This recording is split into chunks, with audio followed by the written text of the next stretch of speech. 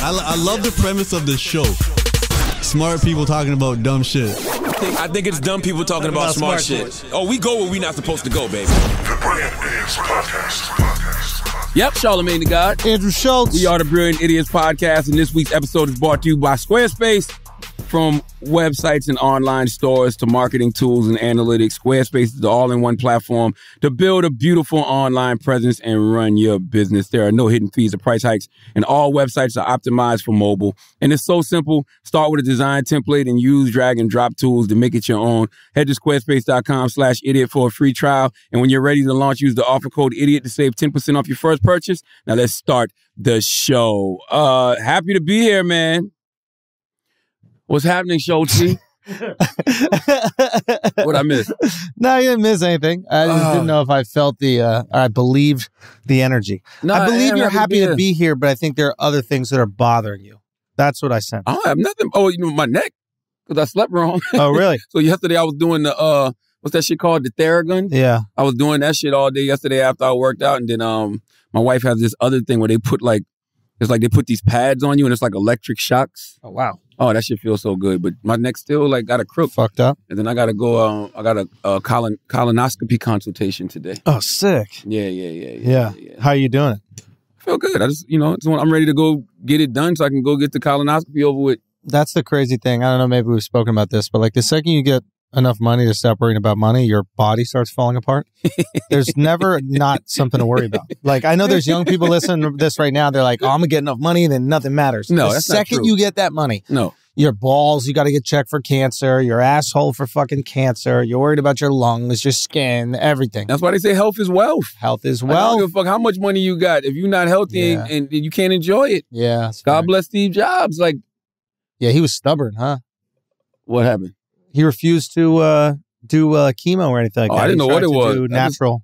Oh, He tried to do like natural remedies and shit. nah, not with that kind of money. With that kind of money, matter of fact, I'm trying everything. Everything. Everything. Give me some Everything. chemo, but then I'm going to still do the, I'm gonna get that Organic like the stuff? good chemo. I'm going to like Chernobyl. yes, I'm going to go. I'm gonna try some like Yes. mushrooms right out the ground Yes. in Chernobyl. Why bro. wouldn't you? Hell Like, yeah. if you got access to those kind of resources, man, you should have access to the best medical care on the planet. Like, Yeah. who got the highest rates of curing this shit? Yeah. That's where I need to be. Yeah. So other than that, I feel great.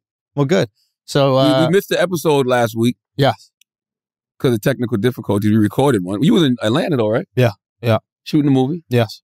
Yes. Can you say what movie? Yeah, it's called Underdogs. Oh, that's the one with Snoop. It's one with Snoop. It's basically like Bad News Bears, but for Pee Wee League football. And it's a Kenya Barris production. Kenya Barris production, man. And yeah, so it's great, man. You got a big role in this one though. This one's cool. It's bigger. It's Yeah, bigger. yeah, Yeah. It's fun. So basically, Snoop is the coach of the Bad News Bear team, the Underdogs, and I'm the coach of like the bougie team. Oh, got you. So I just get to be an asshole. Okay. Yeah. Typecast. Yeah. Yeah. Sometimes they take it too far, bro. What do you mean in the script? Yeah, But it's the script. not the script. Not the script, like their suggestions. Like I'm supposed to be like an asshole, like kind of conservative guy. Give me an example. And they be trying to like throw pins on me and shit like that. They'd be like, Pins? what about the Blue Lives Matter pin? I'd be like, all right. It's Just a relax. movie. It's relax, bro. It's a movie, man. Liking the cops doesn't make you a villain. Nah, That's what I'm saying. But I guess nowadays it's like I don't know. It's like I don't want to say stereotyping, but Yeah, it's it is stereotyping. stereotyping. You know what I Talking mean? about stereotyping. That's why I hope the Yeezys don't become a symbol of hate. Ooh.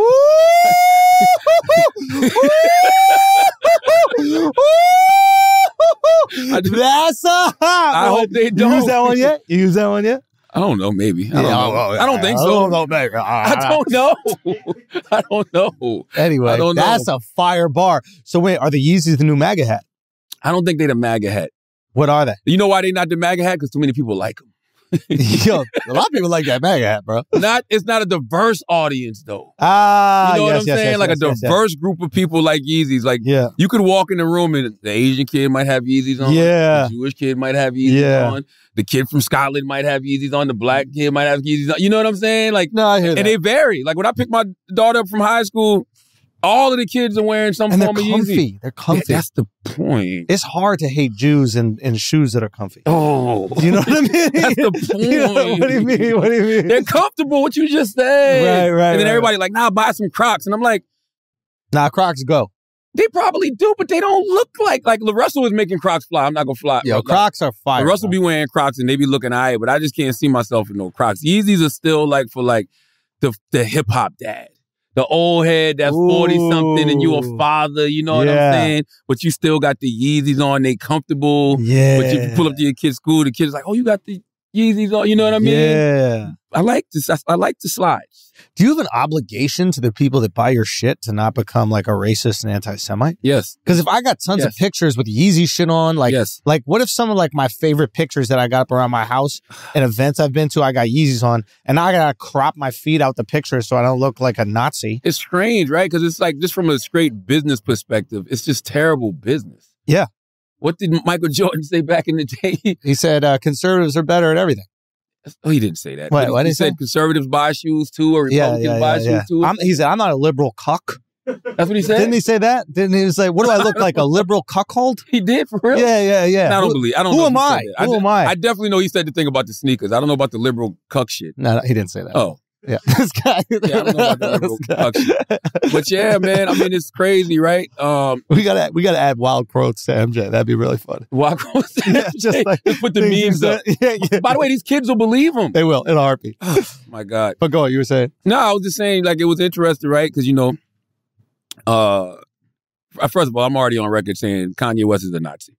Woo! You know what I'm saying? My name for him is KK Kanye. If you attack black people and Jewish people in the same week, you're a Nazi. Whoa! Whoa! Isn't that the pure definition of Nazism? Dude, Chris's laptop flew off of his pecker, dude. The second you said that. But isn't that the pure definition of Nazism? What, if you hate Jews black people and Jewish people in the same week? Yeah. Right? He's echoing a lot of Nazi sentiments for sure. Yeah, yes. I just don't. My only thing with Kanye is I don't think he's ever had an original thought in his life. He's not a free thinker at all. No, I think he's he's just like a megaphone, and he just puts the megaphone up to whoever's around him and then just repeats it. He is, in his essence, a producer. Kanye doesn't make all the sounds. He hears sounds that were already on hit records and then applies them to a record that he makes a hit. Yeah. But he's not creating all these from scratch. Now, I'm not going to go that far with the music. I agree. What I'm saying is, in his life, he's very used to grabbing things from other people that he thinks sounds good, and grabbing styles from other people and then putting them out. Like, so it's not. He's notorious for having ghostwriters. We know this, and he's not. He admits it in the Drink Champs. He doesn't shy away from it. But that's what he is in his essence as a producer. He goes out there, he sees what works, and then he puts it into something. And then I think his greatest genius is convincing people he's a genius when I don't think he's one at all. So musically, I'll give it to him. And we just talked about how comfortable the shoes were. So I mean, you know, it's something to designing some comfortable. Is he making the foam? I don't know. He put it like this. He was smart enough to pick the technology. No, I think he has taste. Yeah. Right? Except, you know, with his belief systems. But in terms of like aesthetic, 100% you can't deny that. He has taste with music. He has taste with clothing, right? So other than that, he's a terrible human. And you know what bothers me the most about the stuff that he does? Two things can be true. Because there's a lot of people out here who deal with mental illness that don't act like that. And by the way, is that going to be every bigot's excuse now? No. Is that going to be white supremacists' excuse I've heard this argument. And what I will say is this, is that when you're mentally ill, you're more willing to go down a rabbit hole without rejecting anything. And it's like, I come from a family that has a lot of mental illness. Like my mom was manic depressive. I remember one year she was having a manic episode and she tried to stop the deer from eating everybody's flowers by just she created this idea that we should just leave all of our garbage out on the street. And then she started putting up signs around the neighborhood. Let's just take our garbage. Don't put tops on the garbage. Leave it out on the street. The deers will eat the garbage. Then they won't eat any of our flowers. And you couldn't tell her. That sounds like a brilliant idea. It does, right? Wait. But then you go, oh, wait a minute. Not all garbage is food. And deers are going to be taking fucking diapers and shit, and the whole neighborhood is going to smell horrible, and pelicans are going to come and picking things, and the whole neighborhood look hard. But when you're manic, you don't think of what's bad. You just go down a line. So what my estimation is, since Kanye's never had a unique, smart thought in his life, What I think is he's just listening to what other people say and going, ooh, that sounds provoking. Megaphone. How are you a free thinker when all you're doing is repeating white supremacist talking points? Yes. And then repeating everything we've heard every black Israelite say since we've been alive. You know what I mean? Like, how is this person the person y'all call a free thinker? I hate the fact that I know Kanye does not believe the things that he's saying. Yes. And you know how I know Kanye doesn't believe the things that he's saying? Because we all hear Kanye behind the scenes. And we've had conversations with Kanye behind the scenes. And he does not believe any of this stuff that he's saying. Kanye does the same play every single time. Pisses off black people in his never-ending search for white validation. Yeah. In his never-ending search for white validation and wanting to be accepted by white people, he finds a way to shit on black people. He did that with the All Lives Matter shirts at the Paris Fashion Show. So then he gets backlash from black people. So what does he do? Okay, let me say something super pro-black. I ride for my people. I'm Moses. I'm taking you out. All this stupid shit. You know what I'm saying? All of this dumb shit. So he gets online, says the thing about Jewish people, you know, the whole DEFCON 3 thing, because he knows that's going to rile a certain group of people on social media up. And all of a sudden, just like that, they forget about, oh, he just shitted on black people last week. He was just super anti-black last week. Oh, now he's going anti-Semitic? Well, if I believe some of the things that he's saying, now I'm going to ride with him. Think about how he went anti-Semitic. He went anti-Semitic through the guise of, why do they own all of our shit? Why do they own? But what's interesting about it is he's trying to get the people he's pushed away, black people, back on his side by making another enemy. Now, do you know who's used this in the past? I don't know. Chris, you have any ideas? Couple of people in Germany. Yeah, Chris. I heard of him. What's his name? I don't know. Yeah, I heard of him. The other N-words. The one with the mustache? The Nazis. Yeah, exactly. But it's you know, and I told y'all this 3 weeks ago. This guy, and I say it all the time, but whenever I say it, people say I'm a hater. He seeks white validation. He shits on black people in his never-ending search for white validation. Yeah. Then when black people get mad at him, he becomes super pro-black. Yeah. And he just repeats the process over and over and over again. He's going to shit on you again. By the way, he shitted on you in Drink Champs interview and he says things like, what do black people own? Just the word nigga and braids? It's like, yo, you shitting on our achievements. You're shitting on yourself. You know what I'm saying? You're sitting there as a black owner saying that black people don't own anything. But you know, I don't know. I don't know for a fact. My assumption that his frustration, all of this seems like it's manifesting from like a lack of control. Man, this is coming from he don't have Kim no more. Well, I actually don't He's projecting. Well, but that's a control issue too. This is all he's going through pain. He's hurt. So he's projecting that pain and that hurt. That's all this is about. You might be right, but my assumption is that Kanye sees himself as this great creator, right? And he battles between two things. One, wanting money. And in order for him to get money, he has to sell his freedom, right? Does he? He can't do what he wants at Adidas. That's his frustration. What is he not doing? I should be able to pick all these people. I should be able to pick who we give a shoe to. I should be able to do this, but he can't. Right? He can't even tell them not to make shoes that look like fake Yeezys. I thought he had his whole staff that he just fired. He just fired his whole Yeezy team. Yeezy, it's different. It's different. Yeezy is a clothing brand that he owns. But any sneaker that's Yeezy comes out through Adidas and they own that. He gets a royalty on it. He gets a lot of money, but he just gets a royalty. He helps create it. Sure, but they can also take the models and then make knockoff versions of it through Adidas. And he can't do shit about it. And he knows it. And I think his frustration is every time he takes a deal, because he wants the money, he doesn't want to put his own money up because when he did that, he lost like fucking $50 million with the fashion shit. So now he's always like, just give me the money and then I'll make it. Even when he's talking about Arnault, he's like, Arnault is supposed to give me my stores. Arnault is supposed to, why you need a daddy all the time? Why does the white man always got to give you something? Why you need it? And then you frustrated. I get so frustrated when somebody gives it to you and they have stipulations with the gift. Nobody gonna give you all that money without rules. If you go back and you watch that old interview we did with Kanye on Breakfast Club when I'm coming at him, I'm literally saying to him, you're Kanye West. Why do you always got to beg these white people and these corporations for something? And he literally begs. But then he'll get on a platform now and call everybody else the slave.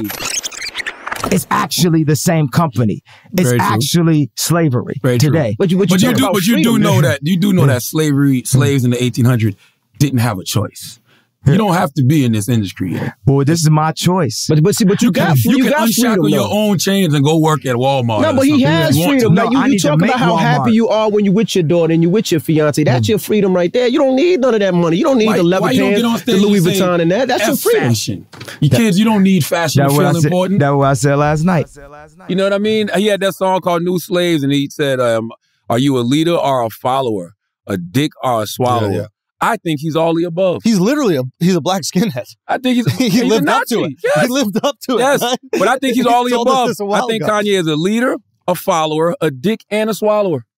I think he's all 4 of them at once. And yo, I'm not gonna lie, it is very silly for anybody. By the way, everybody's using them right now. You know what I mean? Because they know it's instant clicks. They know it's That was instant. wild corny of Cuomo too, especially after. No, it wasn't corny of Cuomo. Cuomo got a new network. He's Oh, on. that's not CNN. No. What is Cuomo- it? News One or some shit like that. Cuomo just launched a new show. Cuomo did exactly what he was supposed to do. Yeah, but it's weird because if you think somebody's actually suffering from mental illness, then you're taking advantage of them. Is it not? Is everybody not? Well, because of you.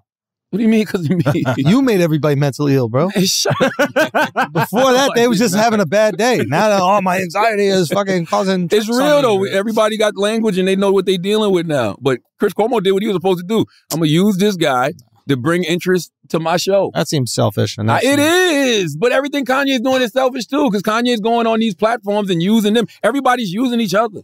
Yeah. Everybody's using each other. Honestly, before the Drink Champs, I was like, okay, I get it. This might be interesting. After Drink Champs, I was like, oh, this guy's off. And yeah, I wouldn't put him on. What do you mean he's off? Yeah. What have y'all been watching? Like right now, all I'm seeing is a man that is moving like he don't have much time left. He's moving like he doesn't plan to be with us that much longer. That's what I see. And I've been seeing this for a while. How are y'all just seeing this after the Drink Champs interview?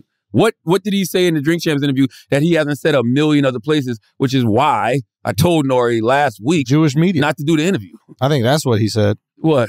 He didn't say anything about the Jewish media. He been saying that. That's old rhetoric. But from him, Yes. Kanye said Ice Cube started the job and I'm gonna finish it. He's talking what job? What What job? job you gonna finish, bro? What job? That's crazy. Like, what is going on? And then you got people piling in on the fight like, yeah, let's go. I'm like, where are y'all going? Yeah. What are y'all doing? Well, I think there is something interesting about this. And it'd be actually great if, Chris, you could speak on this a little bit because you were raised in it and a lot of people don't understand this. So because Jews are like 2% of the Chris. population. Our Just Jewish, my our jacket. Jewish representation. Now, I know about As this. soon as he walks in the frame, people say, oh, that's who controls everything. Yeah. Jesus. Here. So okay. So I think a lot of things that are going on right now, right? There's a lot of people that are surprised at why what Kanye says is so offensive and so dangerous, right? And if you're asking a bunch of friends, if you have your Jewish friends, they're like, yo, this is one of the most vile things that's ever been said. I'm so fucking offended. I'm so angry, right? You ask some white or black friends, they go, man, that Black Lives Matter shirt was stupid. What a fucking idiot. And the George Floyd shit was dumb. And they don't understand how dangerous the Jewish rhetoric is. Now, Because the Holocaust started because of rhetoric. well, it's a little different. So within the Jewish community, you should speak to this, there is like a paranoia about this happening again. And it is baked into the culture. You're probably taught this from like a young age, right? Very true. And, I think historically, when you look at the moments when Jews are in the most danger, and I'm speaking in the European Jewish tradition, right? Right. It's when they're in countries where there's economic turmoil. Yes, recession is coming. A recession is coming. People want are an losing excuse for money, their and they start poverty. Yeah. looking around. Whose fault is this? And not to mention hate crimes against Jewish people have risen over the past few years. They have. No? So yeah, I mean, there's a long history of this going back hundreds of years in Europe. I mean, frankly, the example that he used with the Catholic divorce lawyers is something I've never heard in my life. Me neither. That's completely insane. Yeah. Like that's That why was insulting because y'all were getting money before that. that's what I'm saying. You know what I mean? No, Like, literally, I thought it was you the- I thought it call was us the bank. lawyer money? What's this lawyer I money? thought it was the banking industry. I mean, there's many different industries, but they I had the same reaction. I was like, you think we needed Catholic lawyers to give us divorce jobs? yeah. We get paid a long time before this. But So his whole theory He was doesn't read, by the way. Oh no, of course. So somebody whispered that in his ear. Okay, but I want you to go on. This is very important to understanding why there's such a fractured response to this. Jews are furious, and rightfully so, because they've been taught about how easy it is for an Inquisition or the Holocaust to happen, and this is the exact type of rhetoric you've been taught this since you're a kid. Yeah. Non-Jews don't get taught this. Right. We don't get taught this at all. And Jews often aren't sharing this with non-Jews. So non-Jews are looking at this thing, many non-Jews, and they're looking at the stereotypes that are deemed offensive for Jews as you guys control the media, you own the banks, you guys are all lawyers and doctors. And there's a lot of non-Jews that look at those stereotypes and they go, well, shit, I wish people thought my people were doctors and lawyers. Sounds I wish aspirational. people thought, I wish, like, I can imagine a black dude walking down the street and a white person sees him and gets nervous. And he goes, are these Jews really complaining about owning the banks? I really wish that when people saw me, that's what they saw, not somebody who was a threat. So I see the reaction from non-Jews going, these ain't bad. We got bad stereotypes. But that's when you got to have a conversation. Yeah. And when you have the conversation, it's a simple understanding. Like, you understand now why those things are considered stereotypes. That's what happened to me a few years ago when I said the same thing. I was like, yeah, I want us to have that kind of power because we can't even get the people who kill us fired. Mm-hmm. Right?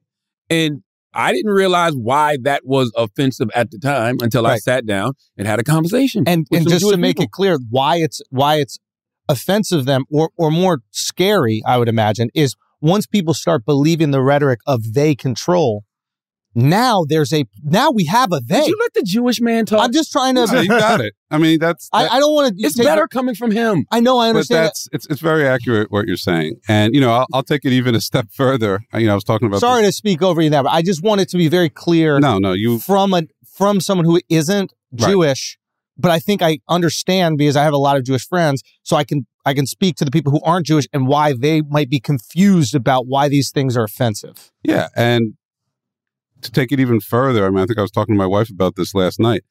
I have to remember, most people in America have never met a Jew. Yeah. Right? Like, I live in New York City. I grew up in Philadelphia. Jews were everywhere. Jews are under 2% of the population. I thought it was like 0.2% globally. I mean, globally. But in the world, I mean, did you ever meet a Jew growing up? That you were aware of? Right? Whereas you probably couldn't turn around without bumping into a Jew. Didn't know that there were non-Jews. Right, exactly. I swear to God. No. I asked my father when I was younger. I was like, why are we not Jewish? Right. And he goes, well, yeah, actually, Andrew, most people actually aren't Jewish. And I go, Right. I don't think that's right. Because in my school, it was me, Kwamina Pamford, and Alexis Perez. We were the three kids who weren't Jewish. Right. And it was just like, what is going on? But for most people, they have never met a Jew. They only hear about Jews through either music, movies, stereotypes, right? Yeah. And it's just, you could look at it in a lot of ways, like with black people, where there's a lot of white people that do not have a black friend. They don't know black people. The only experience they have with black people is through media. And right. What if they're only being portrayed in a few different ways in media? That's dangerous. Well, you know what's crazy about what you said, being that I'm a person who reads, unlike Mr. West. Well, he's read one book, right? Like, I have no idea. Mein Kampf? You don't think that he's went through that a few times? But it's like, my first introduction to reading about Jewish people was the Holocaust. Yes. So I'm reading about this horrendous thing that happened to this large amount of people by this psychopath named Hitler who wanted to create a superior race. Yes. That's how I was introduced to it. Right. So, everything else came later. Yes. Yeah. Well, I mean, I think even putting it all on Hitler gets dangerous because there's a long history of killing Jews, frankly, in Europe, going way back before Hitler. And again, and I think this is what Kanye was trying to say with the Don't even be Kanye's translator. Yeah, I would not let you be the Ye whisperer. You will not translate for Kanye. Well, outside of Kanye, there's a theory that's floated around Europe for 1,000 years about usury, which was the idea that the Jews were the ones lending money because Christians weren't allowed to lend money during the Middle Ages. Mm-hmm. Well, it was just, it wasn't Or just the Middle interest. Ages. They weren't allowed to charge interest. Yeah. And I think in Islam, it's the same to this day. Right. So Jews kind of by default became the lenders which kind of gave rise to this idea that Jews were controlling various economies. And certainly there were powerful Jews. The Rothschild family is like one of the historically the most, that's real. That's not a conspiracy. I mean, there are many conspiracies around the Rothschilds, but they did start a banking conglomerate in Europe. Absolutely. But throughout the centuries, like that's become, there are two big Jewish stereotypes. One is Jews killed Christ, which you would think wouldn't mean much to people, but somehow it becomes serious and it's used as an excuse to attack Jews. And the other one is that Jews control various economies.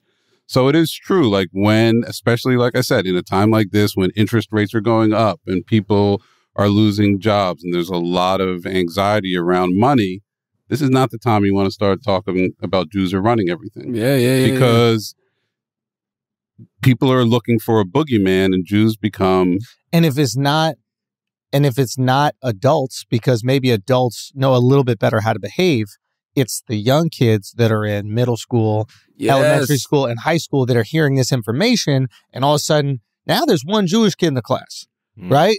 And all of a sudden, that Jewish kid is the reason why your parents no longer have a job. You're remixing bigotry for a whole new generation. Yeah. You know what I'm saying? And we don't need a LeBron James version of the Bible where Jesus Christ, you know what I'm saying? Jesus Christ gets taken out by Jewish people. That's the last thing we need right now. Yeah, so, I mean, look, he's getting pushed back. I mean, part of me, though, is, you should have dropped him when he was, cozying up with Trump. That's when I dropped him. I think it would be corny for me to be critical of him now because I washed my hands of him a long time ago. But is it possible? Sorry, go. No. I was going to say some stuff, but I don't want to say No, say it. Go ahead. Well, I mean, if you want to really talk about a lot of anti-Semitic rhetoric, Kanye wasn't the only one this week. Trump said some very inflammatory stuff, too. The Trump thing was interesting, too, because I didn't really understand what that was about. He basically said that the Jewish Americans aren't being good to Israel, right? They don't respect Israel like that? Or they don't? Well, he's saying he's good to Israel, and because they don't respect him... There was somebody on Twitter, I can't give them credit because I forget the name, but basically said like it was kind of like a mafia approach, like, hey, this is a nice religion you got here. It'd be a shame if somebody messed it up. And the kind of the talk was like, I'm supporting Israel. You should support me because I'm supporting Israel. And if you don't support me, I can't promise what's going to happen after this. So that in tandem with Kanye is kind of like, all right. It's got everybody on edge. And by the way, when we talk about history, every single community has a form of PTSD in regards to history. You know what I mean? People wonder why police brutality is so triggering to black people because it goes back to the slave patrols in South Carolina and Virginia. Like the original police forces were actual slave patrols that were sent out to go capture slaves, right? So it's just like all of us have different levels of PTSD and we don't want history to repeat itself. And anything that triggers that inside of us makes everybody go off. And rightfully so. I think it's just important that we explain those things, right? Because once you understand the context for going off, it seems way more digestible. Like, hopefully there are even people listening right now that are going, oh, now it makes way more sense why the Jews get so sensitive and triggered when you talk about them owning the banks, because that's exactly what Hitler was saying before the Holocaust. Yes. That's what, the Spanish were saying before the Inquisition. Yes. You can look throughout history and you can see these same things being said. So once you know that, it goes from, oh, that's a compliment to, oh, that's terrifying. That's phase one. Right. It's that type of rhetoric that eventually led to things like the Holocaust. It was literally runaway inflation in Germany post World War I. Yeah, we have runaway inflation now. There's runaway inflation. Literally the exact same template. Like it's not. I mean, the inflation was a little crazier. Yeah, but we're like 1934 Germany right now. Like we're in the same space. I don't know. I wouldn't compare. I understand why you're comparing them. I wouldn't compare them because what was the League of Nations or whatever it was imposed like incredibly crippling economic sanctions on Germany after World War I. Deserved. Stop trying to take over the fucking world. Right. But that creates this out of control inflation, and then they need to blame it on somebody. It can't be your fault for trying to fucking invade everybody. Right. Right. The socialist Jews. So it's it's real. That's why Bernie Sanders scared the shit out of people. Why? Because he's a socialist and a Jew. Yeah. Which is also why I knew he was never going to get elected. Yeah. I mean, it's interesting, man. And, man, I was sitting back even thinking, because what you just said is very true about why all of these conversations are so fractured, right? Because some people don't understand why the things Kanye says are anti-Semitic. But then some people don't understand why the White Lives Matter phrase is offensive to black people. Right. Some people don't understand why Nori decided to pull the interview because of what he said about, George Floyd. Yep. Right? And it's so weird to me that people are upset with Nori because Nori decided to, God forbid somebody apologize because they feel like they hurt somebody. I think God forbid. Yeah. You can't even apologize. If you put something out and you unintentionally hurt somebody, why wouldn't you apologize? Yeah, I think the only issue I had with the interview, obviously the rhetoric I have the issue, but the issue I had with the interview was more like, if you know that he's mentally ill, like kind of like feeding him drinks and weed, that to me felt a little wrong. I was like, what's going on right now? But here's the thing. One thing we know about the good brother Nori, DJ EFN, they're going to be who they are. So when you go sit down with them, you know what it is. You know what it is. It's drink champs. You're going to drink, you're going to smoke, they're going to laugh, they're going to be merry. That's why I told Nori last week, now is not the time to have Kanye. There are people that said no to the interview. We know people who said no. We know people that didn't put it out. And The Shop didn't put it out on HBO. Fox News edited the anti-Semitic comments, and somebody from Fox said, fuck that. We leaked that whole thing. Oh, they leaked it? Yes. Oh, shit. Yes. Fox is trying to find the leak now. But my thing, this is the thing. He worked for the Golden State Warriors. Same person that leaked Draymond James. But it's like, you really think you're going to go to a news network, say some shit that clearly is offending people that work there. Yeah. And you think they're not going to leak it? No, they running it. Please. Yes. But imagine being a broke Jew and everybody tells you how Jews run the banks and they run the world. And you're like, well, call me. You know what I mean? That's like after 9/11, I had a cab driver who's like, no, I'm telling you. They told all the Jews to get out the building. I was like, well, who fucking didn't call me? Yeah. I could have, no, why did I get the email? That goes straight to voicemail? Like, where is my fucking, like, I could have been up there. Nah, I do agree. We need more conversations, man, because there's a lot of misunderstandings happening, man. And the thing that bothers me the most, the person that's sparking this conversation doesn't even give a fuck about what he's talking about. No, not He at all. believes none of this. This is just to get people off his ass. Kanye cares about Kanye. That's it. Yeah. And it don't even work. And he tells you this. Yes. He goes, who's my favorite person in the world? Me. Yo, he says in the Drink Champs interview, I'm going to send you the clip, Taylor. He goes, if y'all didn't want me to wear the White Lives Matter shirt, y'all should have supported me when Kim kidnapped my kid. By the way, y'all done already fucked with me so much. Y'all already black mirrored me. You already made everybody think I'm crazy. You already took my family away. You already separated all my friends. I don't got no celebrity friends. Because when I was on TV, on Instagram saying, I don't know where my child is, and the Kardashians kidnapped my daughter in public, and I didn't have the address of my child, none of these niggas that want to say something Travis now. gave you the address, though, right? Travis gave me the address. Right. But as far as Meek Mills, Puff Daddy, whoever, none of these niggas, all you fake hard niggas, fuck you. Hold on. Okay. All you fake hard niggas, fuck you. You know what I'm saying? I don't give a fuck because you can't shoot nobody anyway. And the reason why you got to talk is because you did a deal, you fucking fed.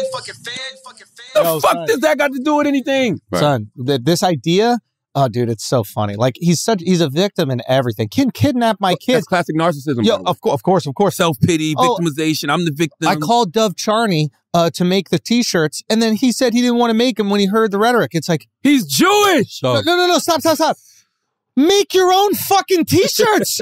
Buy a factory. You're a billionaire. You're the richest black man in America. You can't get a print on a T-shirt. He is not the richest I'm black saying man. he's saying he is. Yes. Robert Smith is the richest black man. Right.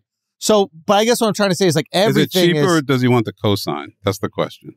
I just think he doesn't want to do anything. I think he doesn't want to take responsibility for anything. I think he literally just wants to be like, hey, here's this thing. You guys go do it. You guys go figure it out. I'm not going to do the hard shit. And he's convinced people that works. And it has. You've seen these businesses get huge success because of his ideas.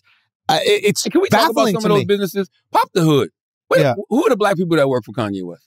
Ooh. Are you talking all of this black this, yeah? What's your team look like? I mean, go look at Black Effect, fully black staff, right? Charlotte, I'm just saying. Tell the truth, bro. What? You got only Mexicans working at fucking Black Effect. Dude, it's fucked up, bro. You go into a Black Effect. I thought it was a Chipotle. Just because Taylor's short, you think she's a Mexican? She's part Mexican. Taylor is part Mexican. But even me and Kev's company, SBH Productions, ran by a Black woman. You know what I mean? Our creators are Black. Like, all these people that's talking all of this Black shit, Black business, what is under your hood, bro? Let me see.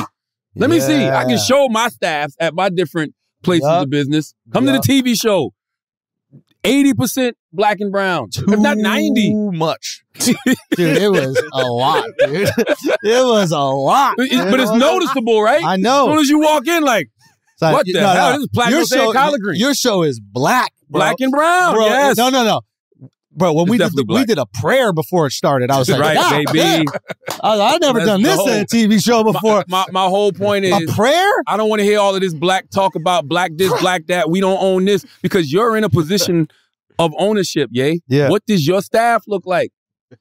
Put your fucking money where your mouth is. Because I would have assumed there were a lot of Jews on the staff, to be honest. I would guarantee it. Right? I would 100% guarantee it. Why is that? I just feel like that's, like he's in that world. He's in LA, he's in New York. I think you're just going to bump up against a lot of Jews. Well, a lot of those people resigned this week, I'm sure. When people don't want your money no more, when they tell you that you got such and such date to get your money out the bank, yeah, bro, it's pretty bad. Oh, we should also clarify that. They kicked him out a month ago. Yes. I did a little snooping. You know on why? That. You know why? All right, go. Because he was talking shit about the CEO on social media. I don't know if it's only that. What else do you think it was? I don't know for a fact. I think what it is Kanye doesn't have a lot of cash compared to his like billions of wealth. No, he had $140 million in that bank.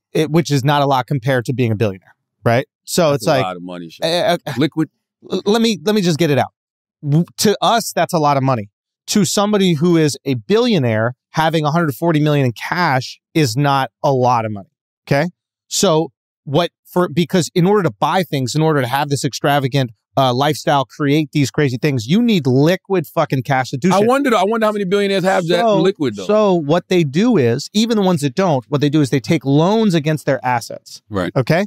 Now, his assets is the equity in his company, which is not a very safe asset because if Kanye gets canceled, the company's worth nothing. It depends. Kanye is Yeezy. If Yeezy goes, I'm stepping down, and this guy is gonna go. I don't like what you're putting out there. What? Those slides are comfortable. So even if Kanye gets canceled, Kanye gets canceled, and you see me in a different colorway of Yeezys that Adidas does, yeah, I'm still buying. Let me put it this way: Elon Musk goes, I'm stepping down from Tesla. What happens to Tesla stock? Oh, I think it might go up right now. I think it might go up. No, we're not investing in Tesla. We're investing in Elon. We're like, this is the smartest guy on the planet. He's going to figure things out. He's going to work it. I understand what you're saying, but if I could just get this point out. The point is, what I think was happening is Kanye was asking for loans against his money, which is how rich people operate. You don't pay taxes on loans. It's a great way to get cash to be able to buy things. And I think that he was overextending himself with these loans. And JP Morgan was like, I don't really trust this motherfucker that much. He's a pain in the goddamn ass. And he's asking for more loans than he really has. He's talking shit about me on social media. It was like, it's a cornucopia of things, but they were like, it's just not worth it. Yeah. And they did what none of us can do, which is leave fucking Kanye. Yeah. None of us can, but they actually did the thing. I can.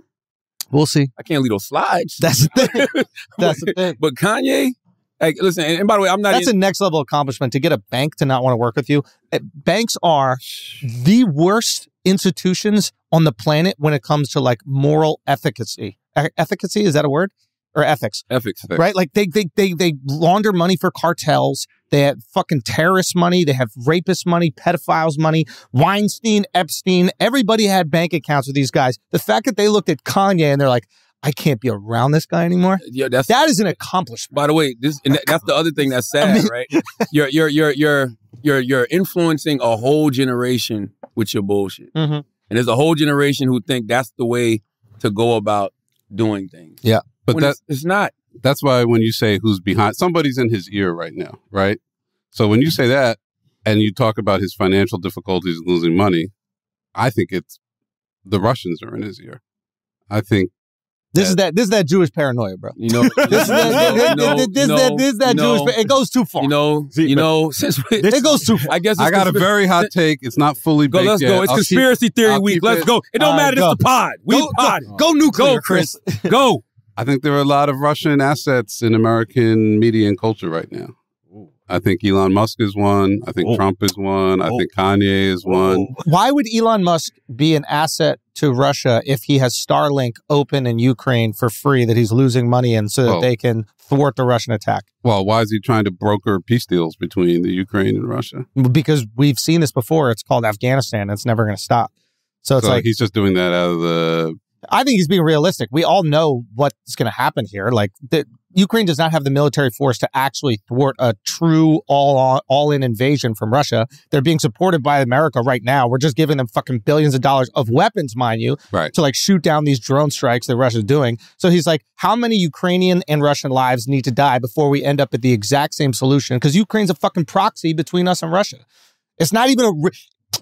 How do we know it's even a war going on, bro? Can you do this, though?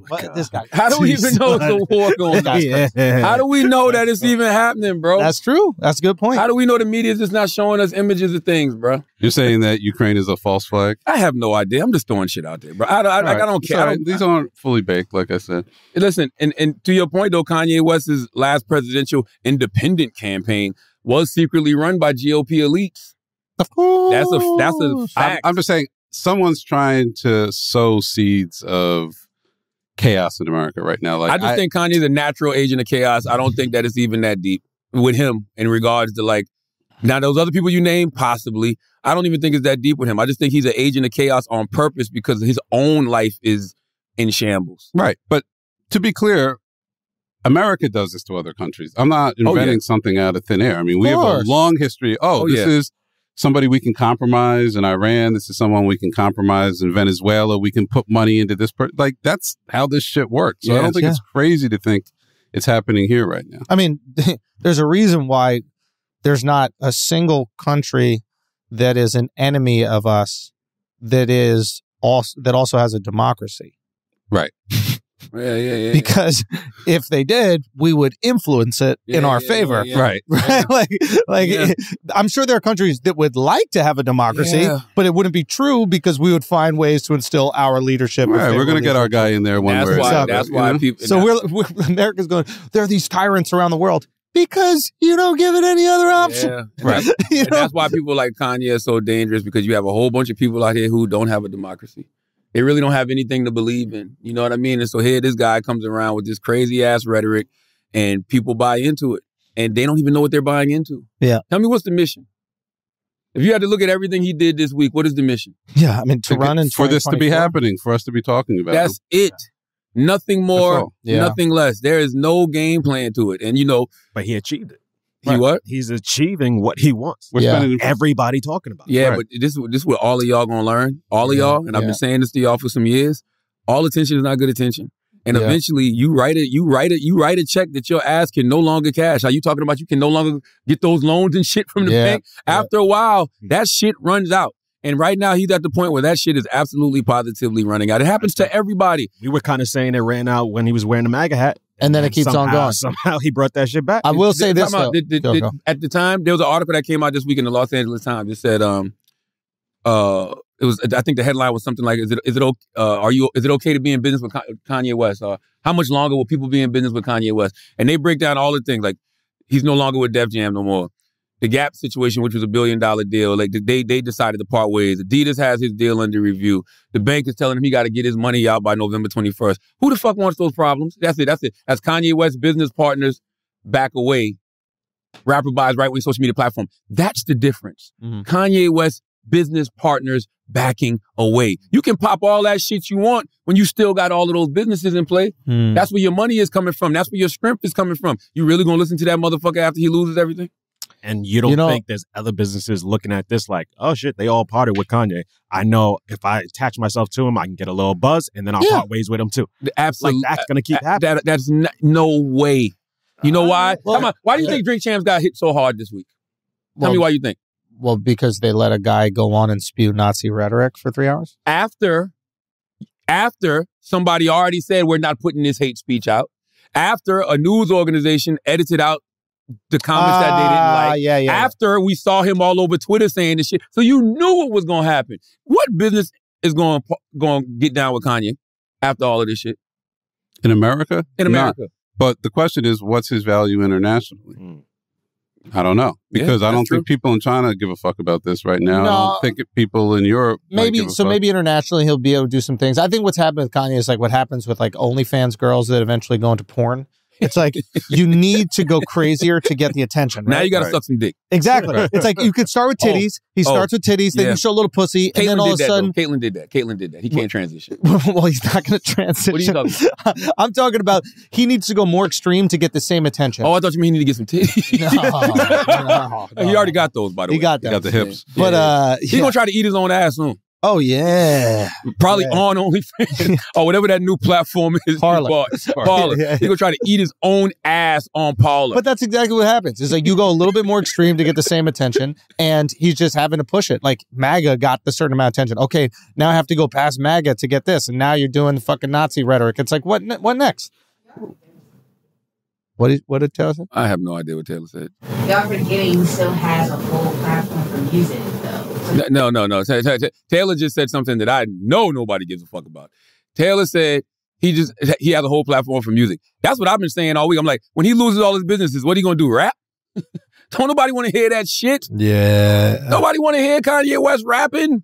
Like, who wants to, like, seriously. The kids do. Yeah. No, I don't know, bro. Yo, my daughters, that whole teenage, they love Kanye for some reason. They love his catalog. Yeah. She didn't old stuff too. She didn't go buy that stem player to hear Donda 2. Yeah. That was too much work. Yeah. The kids got to do too much work. They ain't listening to that. I'm just saying, I'm shocked how much traction he seems to have with teenagers right now. Nah, it's the shoes. It's the whole aesthetic. Yeah, but like, but why do y'all? Here's the thing. This generation acts like things can't crash and burn, even though we watch things crash and burn all the time. We say this, everything, it's so fun when social media is going crazy and things are trending and everybody's like, yeah. And then when somebody dies or something horrendous happens to them, they're like, oh man, didn't see that coming. Yeah, but look Fair at enough, Trump. but I think a lot What of do you times... mean, look at Trump?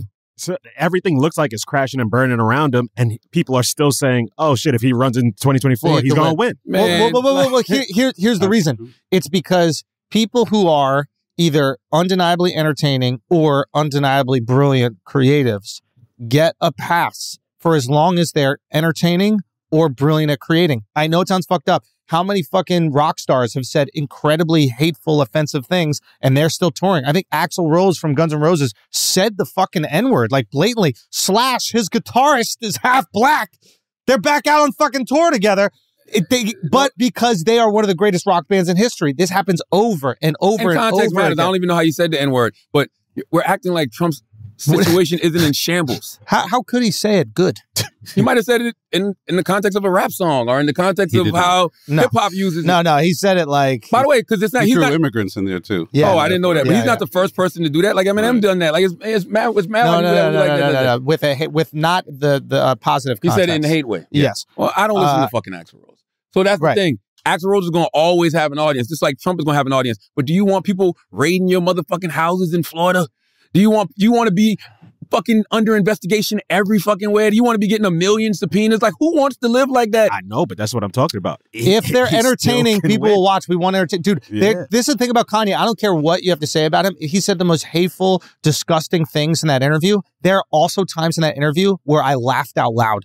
Yesterday, when he fucking was talking... No, I'm being honest. Yesterday, when he's talking to Chris Cuomo, and Chris Cuomo keeps trying to cut him off, and then Kanye goes, can I speak? Can I say la, la, la, la, la, la? That shit was genuinely hysterical. As y'all laugh, he's losing billions of dollars. Yeah, what does that have to do with what I said? So my point, maybe not with the consumer, the audience, with the people that's doing this. At what point do you say, why am I fucking up my life for these folks? Yeah, they should. What I'm trying to say is there's a reason why brilliant creatives and brilliant entertainers can continue entertaining despite saying cancelable things. Yeah. Is because those are unique qualities that we, on some primal level, desire.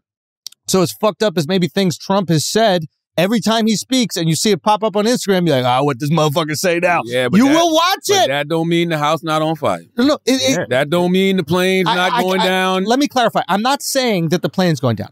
Not going down. I'm not saying that the house is not on fire. That could also be true.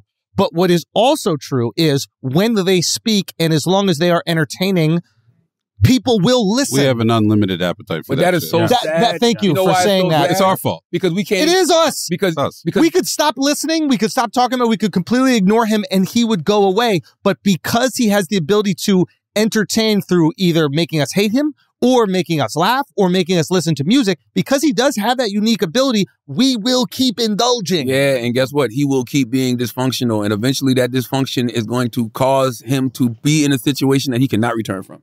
Whether it's hurting himself, whether it's death, it's so many things that can happen while we're sitting back laughing. Bro. And that's the crazy part about the society that we live in. We will laugh and laugh and laugh and laugh until it's over, and then everybody's like, "Oh shit." I don't think that I don't want to necessarily compare the two.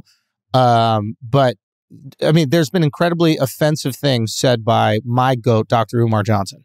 Okay. Incredibly offensive rhetoric has been spewed by Dr. Umar Johnson, who's my GOAT. He's so entertaining. My GOAT is so entertaining that to me, I just push it aside and I just indulge in the hilarity of this human being. But Dr. Umar also absolutely positively believes the things that he's saying. He's not doing this. That's not good. That's not good. That's bad. Listen, sure, but he's not trolling. I would rather you go down. I would rather you get whatever you get based off what you truly believe. If you're trolling and you're just doing shit and you don't even understand the consequences of your actions, I don't think Kanye understands the ramifications of the shit that he's doing right now. Yeah. But I believe he truly believes what he's saying in that moment when he's saying it. I know he doesn't. No, I think in the moment when he's saying it, he believes it, and then somebody tells him something right after. Alex, I know he doesn't. All right. Well, I'm talking about the person that'll look at the camera and then turn to you and wink. And then look back at the camera. What are y'all talking about? Oh, well, then it's more dangerous. Man, the guy got on. That's even worse. The guy got on Drink Champs and said, "This is hilarious to me. We can put this clip in too." He said, Charlamagne gets on the radio and talks about Kim wants to be with Pete. Because Pete's dick is bigger than mine. Yeah, but you know, Charlamagne. How you knew I was going to talk about Charlamagne? How you knew that? That's in my notes. He just, he gonna go on air and be like, "Oh, man, I'm gonna paraphrase it. Kim is with Pete because he got a bigger dick." Why you talking about another man's dick on camera?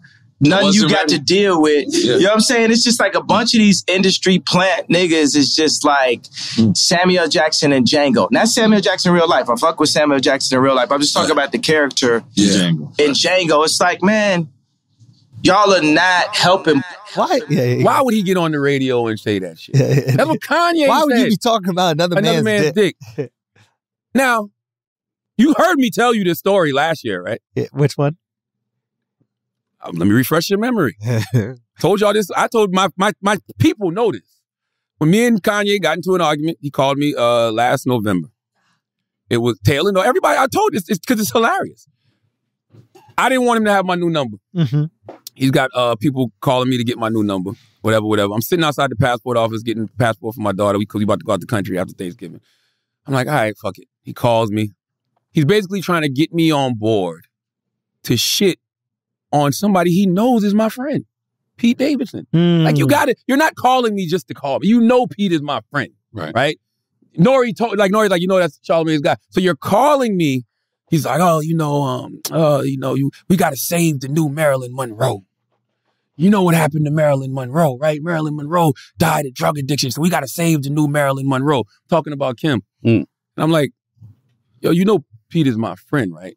So he's going on, and then finally he goes, my wife is out here fucking a white boy with a 10-inch penis, and you won't help me? My wife is out here fucking a white boy with a 10-inch penis, and you telling me that's your friend, but you're supposed to be culture? He's screaming on the phone. Somebody help. Entertaining. Yes. Entertaining. Hilarious. What am I supposed to do but laugh at that? I'm gonna walk out the goddamn. So I want to walk out the goddamn room. You just proved my point that you argued with me about. And by the way, I don't know if this was last year, but I feel like Kanye right now. Wait a minute. I feel like Kanye. I don't know if this was last year when I did this donkey of the day or earlier this year, but I say to him, and I say to him, don't make me tell everybody why you really mad. I said that. And there was articles and people was kind of knew what I was referencing. Yeah. But the reason I keep bringing up Pete's penis on the radio is because I know it fucks with you. Okay? All right? And you said that to me. Yeah. But he gets on the interview and acts like he don't know where that came from. The Yeah. motherfucker is a master manipulator. Yeah. I mean, he's the best. And the audience don't know that. Nope. Because they don't have no interactions with him other than what they see on social media. Yeah, it's fascinating his like control of people. I never got it. I've always said you can look at every single podcast that we've done. We're talking about Kanye. I've always thought that his lyrics were corny. I think he's a corny guy. I think the only authentic. You're going too far. No, I'm being honest. The only authentic time I feel from Kanye is when he's complaining about women. I think he does have. So, you capping right now. Go back. That's how we was in a green room and we played you his whole discography and you were going crazy. No. What did I specifically like about it? The production. Thank you. I remember. I've never said that his production wasn't amazing. And I think that even in the interview, you can see like moments of him like being musical. And it's like he has music in him. Some people have it. Some people have design in them. Some people have comedy in them. But he has music in him. Absolutely. There's no questioning that whatsoever. And he has comedy in him. He is funny. He is genuinely capable of eliciting laughter on purpose. His best lines are punchlines. He has punchline. You cannot. These things. He's funny even when he's mad. Yo, it could be when funny. When a man yells at you, my wife is out here fucking a white boy with a 10-inch penis and you won't help me. I'm like, what does that even mean? Somebody help. Somebody help. Like, if she can't handle the 10-inch dick, I know I can't. Like, what does that mean? What does that even mean? You know what I mean? All I'm trying to say is like his fucking every time he's like in like a preachy song, he sounds just like he sounded in the interview. It's like you don't even know these things. You have no control of what you're just trying to be the woke guy or trying to be whatever guy. He's authentic when he's talking about his struggles with women, bro. That's when that shit feels pure and real. I'm like, oh, this guy's rapping now.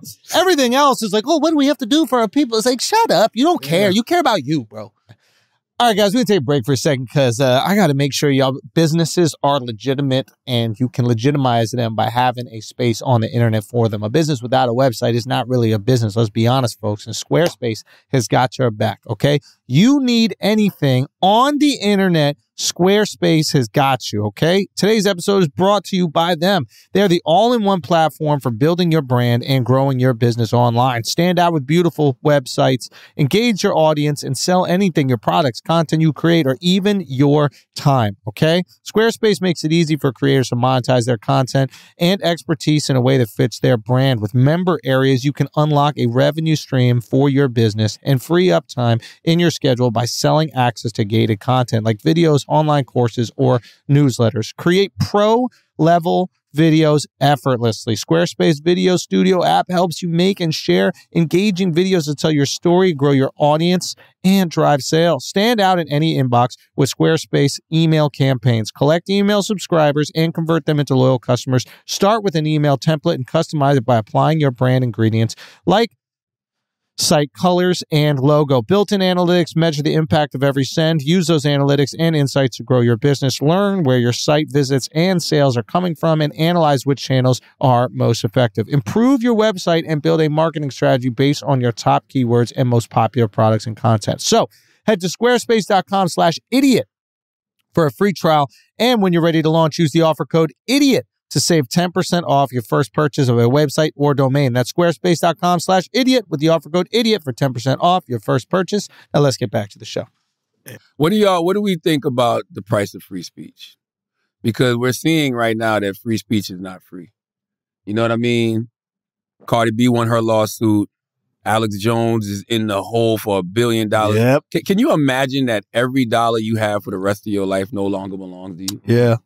Can you imagine what that would probably feel like? For the rest of your life, every dollar that you get is not even really yours. Yeah. Jesus Christ. So even with, and that's why I think what Nori did was so honorable, because nobody asked Nori to take that interview down.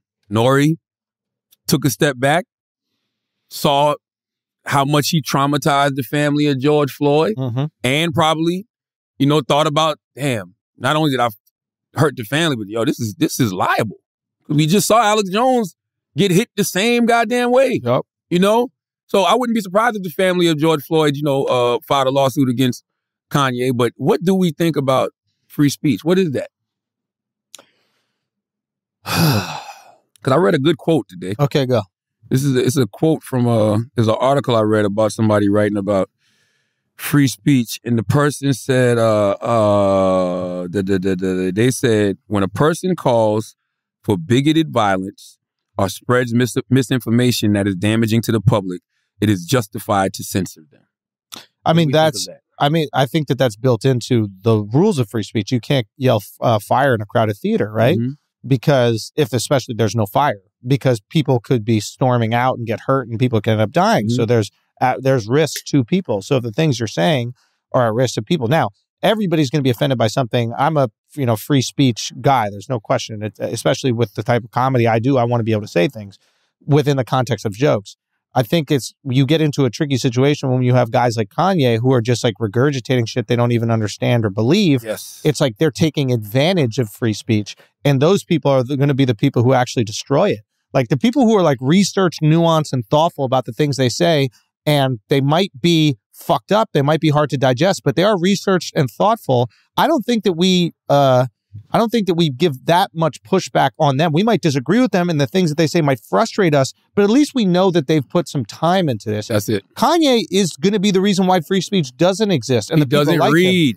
He's not educated. He has no understanding of anything that he's saying. Yeah. And this is all because he wants white validation and he seeks white validation. And no matter how much he looks in the mirror, you will never see a white man staring back at you. It's a slippery slope because the problem is when you do deplatform someone like Kanye, that then feeds into the narrative coming from the other side, which is this guy's trying to tell the truth.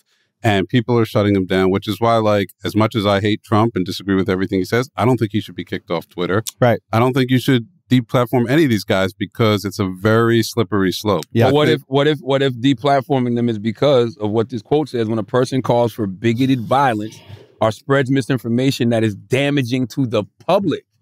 That's what a guy like Trump was doing. Violence separates things, man. We got to teach people to analyze information. That's really the key. People are just accepting everything that's coming down their feed, and they're not looking at it with that sort of nuance. They're not looking at it with research. They're not. So what Schultz said is what I always have. That's what I believe. Like, if you believe what you're saying and you have an understanding of it, and it's coming from an educated perspective, we can debate. Right. That's when we can agree to disagree and have real conversations. But that's why I think you can't kick people off these platforms because there's no debate then. But what if they're just saying wild shit for the sake of saying wild shit, which everybody on social media is? So here's something interesting. It's like the platforms, we don't have any rules yet for the platforms. The platforms seem to never be held responsible, right? Man, yes. Whereas TV shows are held responsible, radio shows are held responsible. Right. You say something fucked up, somebody can sue you. Nobody's suing Facebook. Nobody's suing Meta. Nobody's suing Instagram. Nobody's suing TikTok. Yet.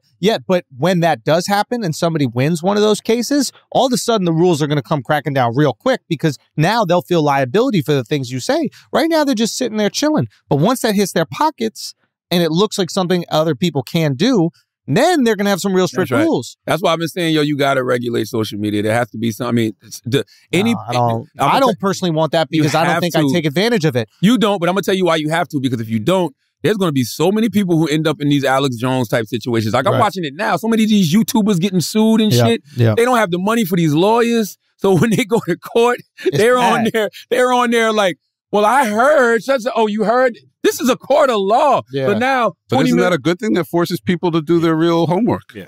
No. No? Yeah. No. Only reason I say no is because it's going to be a whole generation that gets fucked up.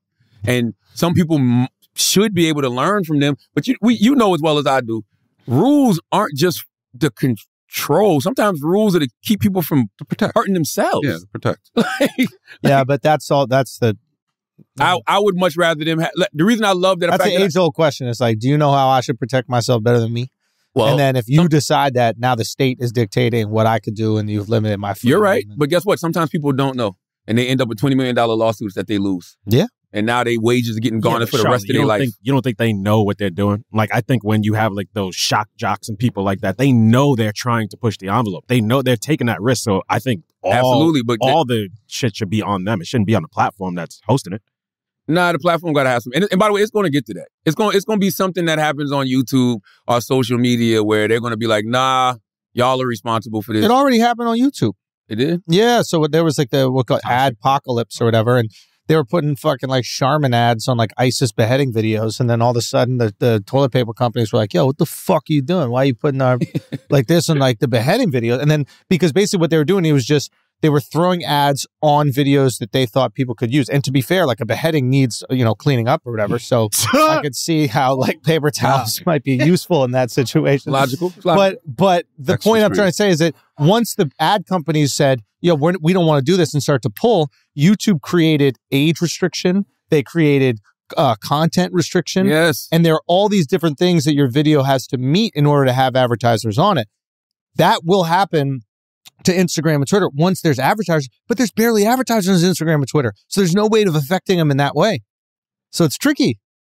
I thought Instagram and Twitter had advertisements. Barely, though. But not like YouTube where every video is getting clipped with a few ads. It's not on somebody's video. It's like in between while you're scrolling. Exactly. So you can't hold them accountable for the video. It's just weird that we watch airplanes about to crash. Like, we know it's a nuclear bomb in this airplane. When it crashes, it's going to level all of us. That's where we're headed with all of this shit. Mm-hmm. If there's not some regulations, like there's a reason they put regulations on the news. There's a reason they put regulations on these cable news networks. Any place somebody is broadcasting, radio, YouTube, anywhere, there should be some rules and regulations. And by the way, for so long, people thought they weren't. That's why, to Alex's point, they were getting on here saying all types of wild shit. And all it takes is one person to be like, no, we going to court. Now what?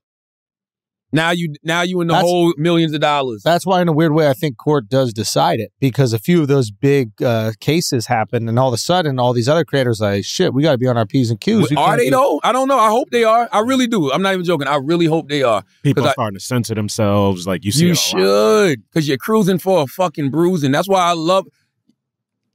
You're a stand-up comic. Yes, one of the best in the business today. You know why? Because you actually came up on that stage. Yep. Now, I'm not saying that internet comics aren't good, because there are a lot of them that are good, but it's a difference coming up on that stage and coming up online. Yeah. I'm a radio personality. I love the fact that I've had to have FCC rules and regulations, just like a Rush Limbaugh had or a Howard Stern had, because it teaches you how to play. Mm-hmm. You know what you can and you can't get away with. At least I know the rules. So if I overstep them, I know the risk. Right. You know what I mean? I know what comes with that. Howard knew what came with that when he stepped over a certain line. Rush Limbaugh, God bless that, he knew what came with that if he stepped over a certain line. These people on YouTube and shit, they don't. And by the time they find out, it's too fucking late. Now they're millions of dollars in the hole. And now their fucking wages are being garnished. Yeah, the algorithm kind of pushes you into people who already agree with you. So you don't have to entertain the people who disagree. And I think that was one of the I think that's more of a danger than hearing what Kanye says on a certain platform. I think the idea that we're all going to be in these silos that only reflect our own beliefs, the echo chamber, whatever you want to call it. Because you can get away with more, and you can get away with more extreme beliefs. It's like what we saw with QAnon. And then to your point, like about comedy, it's like I started in comedy clubs where people didn't even know who the fuck I was. Yeah. So I had to be able to entertain strangers that had different beliefs and then get them on my same page. And you're getting that instant feedback. And the instant feedback. I'm like, oh, okay, that joke made people feel uncomfortable, or that punchline doesn't work right there. How do I make this palatable enough for even the people who disagree with me? That's right. And I'm sure you felt that with radio as well. It's like everybody turns on that fucking dial, all of a sudden is going to have to listen to you. That's right. Ooh, okay, this is women are not liking this, or guys in over 30 are not liking this, etc. Yeah, that's a good point. Or when you meet people out and about, you be like, oh, I didn't know. I wouldn't even think this is somebody that listens to the show. You know what I mean? Like or you got a general manager who's coming in after the shift and saying that was a little too far. Yes, but checks and balances. Right, that's what somebody's helping you regulate your shit. What scares me about this new generation is nobody's helping them regulate their shit, and by the time they figure it out, it's too fucking late. I don't want that for them. Yeah, personally. And we got to stop saying speech is free, because it's fucking not. I've been saying it for years. There is a price to everything that comes out of your mouth. Sometimes it might be money. Sometimes it might be a punch in the face. It's never jail. And I think that's what the thing about free speech is. That's true. Like, it doesn't mean that it might not cost you something, but it's not going to put you behind bars unless you're like actually hurting people. And I think that's the idea with freedom of speech is you should be able to say what you want to say. You might hurt someone's business and they sue you for the amount of money that you cost them. You got to deal with it. And you have to deal with that. But you're not going to lose your freedom for the thing that you say, which I believe is the idea behind it. Especially when it comes to politics, right? That's where these countries get into trouble. You go against whoever's in control, they drum up some sort of charge, and now you're locked up. That's what we can never get to. Yes, that's the agreed. You look back at everything that somebody said, a candidate that's going up against you, and they go, "Ooh, you see, he said this one thing that's against the rules. Lock him up. Now he can't run." That's a great point. Well, that's going to happen in the future because what's going to happen is... And it's not America. That's going to happen in America. If they don't regulate social media, what's going to happen is somebody's going to get in power and they're going to regulate it to fit them. Right. Meaning, like, if I'm one of these far-right conspiracy theorists, imagine Marjorie Taylor Greene in a position of power and she said, let's regulate it, but we're going to regulate it for us. So anybody who says anything negative about us or anything against us, off with their fucking head. Yep. You know what I mean? Yep. So and now that's why I'm like, you can't kick Trump off of here, man, because the sword swings both ways. Just because he's saying something that I don't like, I want him gone. What happens when the pendulum swings the other way? Yep. They're going to kick all us off. So how do you, I guess, you've got to do what we're doing right now. Kanye says some crazy shit. We break it down, explain why it's crazy, explain why it doesn't make sense. And you got to just keep doing that and keep doing that and keep doing that. And it's tiresome. That don't mean he can't get his jaw tapped, though. Fair. And, like, businesses can walk away and people can stop supporting them. Like, that's even when what you're saying is absolutely true, Chris, but even when we talk about the price of speech, that comes with it too. You're going to turn people off. You might fucking say something and think that shit ripped, and you got 100 people over here cheering you on, but 10,000 might have been offended and say, I'm never listening to this motherfucker ever again. I'm never buying his products ever again. My kids wanted Yeezys years ago. No, we're not supporting that. I think the good thing that the social media platforms are doing when they have the disclaimer like, oh, this hasn't been fact checked or something like that, I think that's a good step in the right direction because it's like, hey, we're not going to limit your free speech, but we see something wrong with this and we're going to give you a little disclaimer before you actually watch it. So now it's like you look at it with like critical eyes instead of just like taking it for face value. You're right. I just never went to fucking social media for facts. Right. So, yeah, but this is a different generation. Yeah. They're using TikTok as Google right now. They're using TikTok as fucking Google. It's true. Bro. No, he's right. 100%. I mean, they were doing that with YouTube as well. If you really want to think about it, YouTube is the second biggest search engine in the world. Google's the number one. YouTube is second. YouTube, any of us, even your kids can upload a video giving their opinion on Kanye. Like, and people are going to that potentially for information and judging by the amount of views, validating how accurate it is. It's kind of wild. Yeah. Like if I see a video that got 3 million views and it's a workout video, I'm like, this must be a good workout. Yep. People like this. If I see a video got 3 million views and it's like, why is Kanye right? Maybe he's right. You know what I mean? That's the danger, I guess you could say. Yeah, so maybe there is a responsibility, like Al said, putting that up, like this hasn't been verified. Yeah. Well, then the question becomes who's doing the verification. Okay, so that's the dangerous thing. Right. Because now you're giving the power of truth to social media companies. Who decides what truth is? The government has decided what truth is throughout our life. That's true. And that's not necessarily a good thing. That's true. That's the Gulf of Tonkin gets us into Vietnam based on that's truth.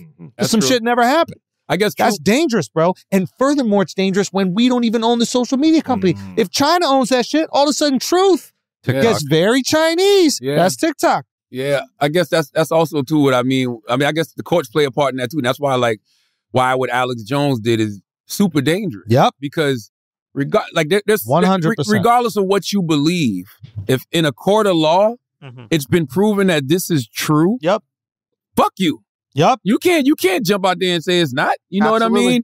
And that's what's going to happen with Kanye. I guarantee you there's going to be a lawsuit from the Floyd family. And the precedent was set because of things like Alex Jones. Well, Pete Davidson too. To me, he got slammed. I mean, he called him a heroin addict. Yeah. I'm like, that's going to fuck you up trying to get movie work. No, that's actually a great point. Very liable. Very liable. Yeah, if you're calling someone a heroin addict, a movie studio might think that's too much of a liability to put you on. Very liable. And that is interesting. And that's the other thing people don't understand about the Nori Drink Champs thing. It's like, Nori did the right thing by taking the video down because he didn't want to hurt the family of George Floyd. But also, there was so many things said in that video that are liable.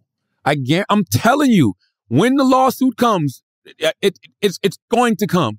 You're going to hear Kanye getting sued. You're probably going to hear Candace Owens getting sued. They might name, Drink Champs and Revolt in the lawsuit. I hope not. You know what I mean? But I can see all of that happening. And you know why? Because of the precedent that was set by the Alex Joneses of the world, by Cardi B's lawsuit. Like, all of that stuff set a precedent. And now people are going to be like, oh, you're just going to be out here lying? Because that's not an opinion. That's true. Like, what Kanye said about George Floyd dying of fentanyl and the officer didn't even have his knee in his neck like that. Yeah. What the bruh? That's not even opinion.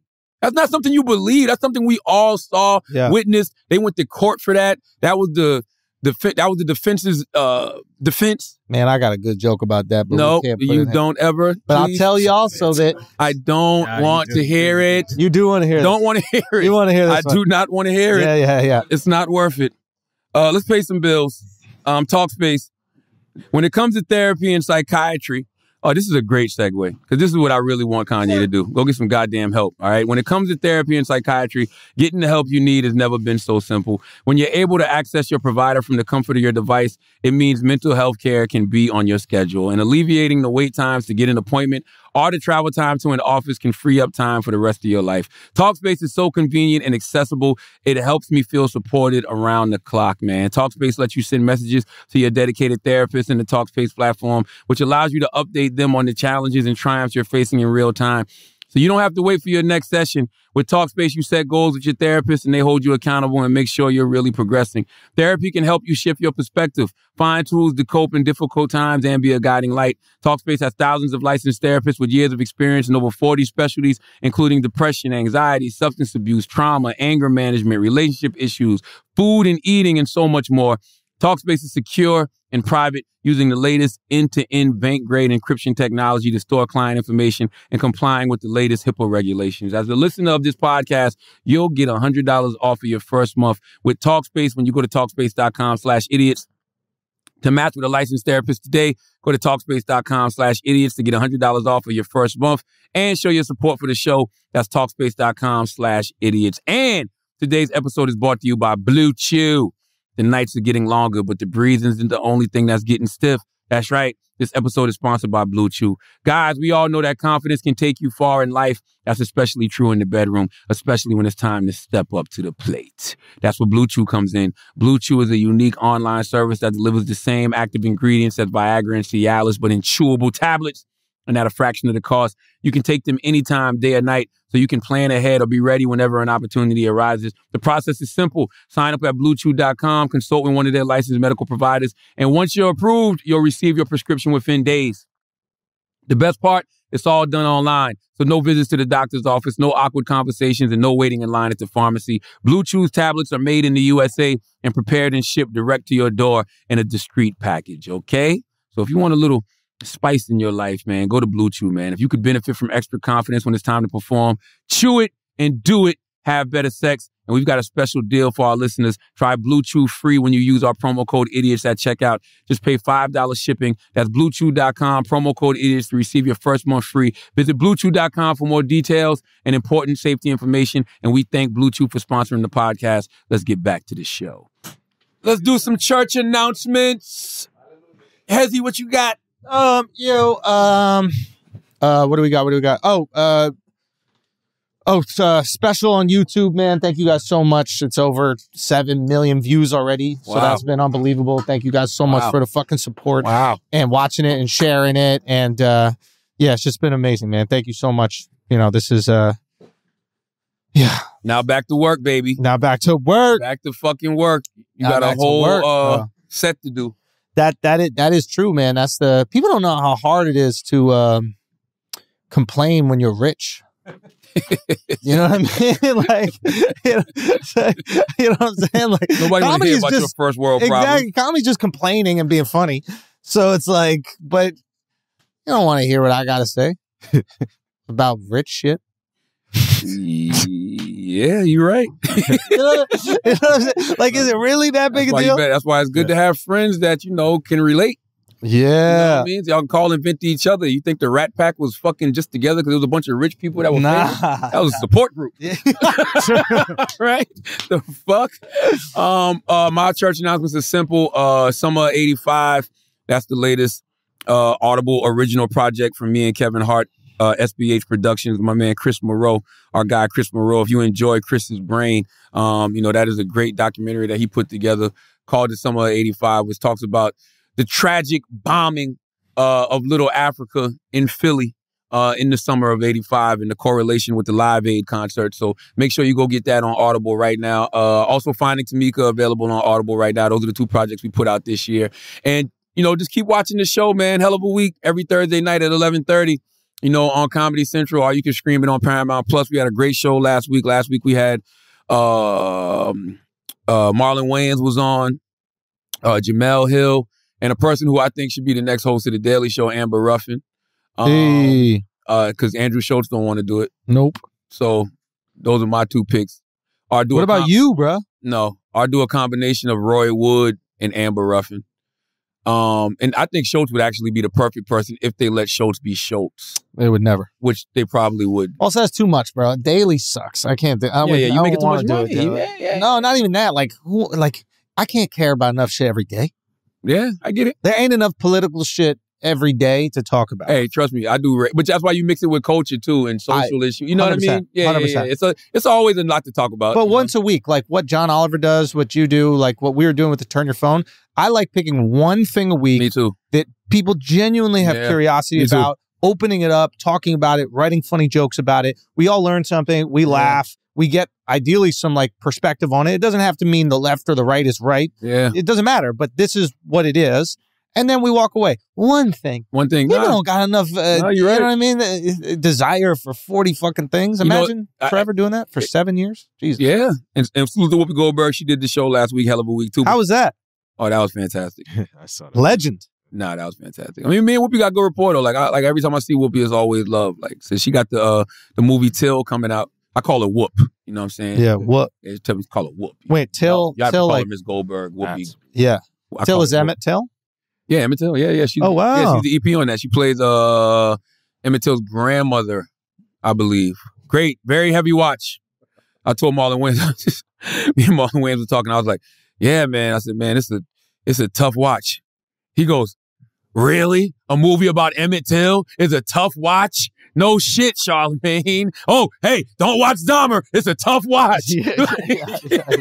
But he's right. It's like, it's heavy, bro. But make sure you check out Till. It's playing actually in New York and LA now, and I think it comes out everywhere on October 28th. But this Thursday, we're back with another great show, 11:30 p.m. on Comedy Central. This week we have Michael Cohen, Teslin Figaro, Jim Norton. Oh, love Jim. Yeah, Jim Norton and Stephen A. Smith. Oh, yes. Again? Yeah, this Thursday. Wasn't Stephen A. on before? No, he was supposed to do it and his schedule got messed up, so he had to reschedule. So he's amazing. He's doing great lineup. Dude, yeah. Jim is fucking hilarious. Oh, Jim's hilarious. Super hilarious. Let's do some Asking Idiots, man, because I got to go get my colonoscopy. I got to get my anal checked. That's fire, dude. What we got, Taylor? That's so fire, dude. He's getting opened up later. Opened up, bent That's over. Let me fire, see. bro. Sweet James Jones in the trick couldn't be it. No, a 44-year-old radio personality. No, I know a radio personality, and he's 44 years old. When he pop it from the back, I see the hairy asshole. All right, what we got, Taylor? Come on, bro. That was bars, bro. Keep spitting. That was Pimp C. Say what? That was Pimp C. He didn't say that. Pimp C said, I got a young brown stallion and she's 20 years old. When she pop it from the back, you see the hairy asshole. That's disgusting. Let's see. Paulie. Absolutely disgusting. Oh, this is a good one. Paulie _8921 says, what's your favorite album of all time? What's your favorite album of all time? Schultz? Kanye. Yeah, Kanye. No. My favorite album of all time. That's a great question. Maybe like Guns N' Roses' Appetite for Destruction.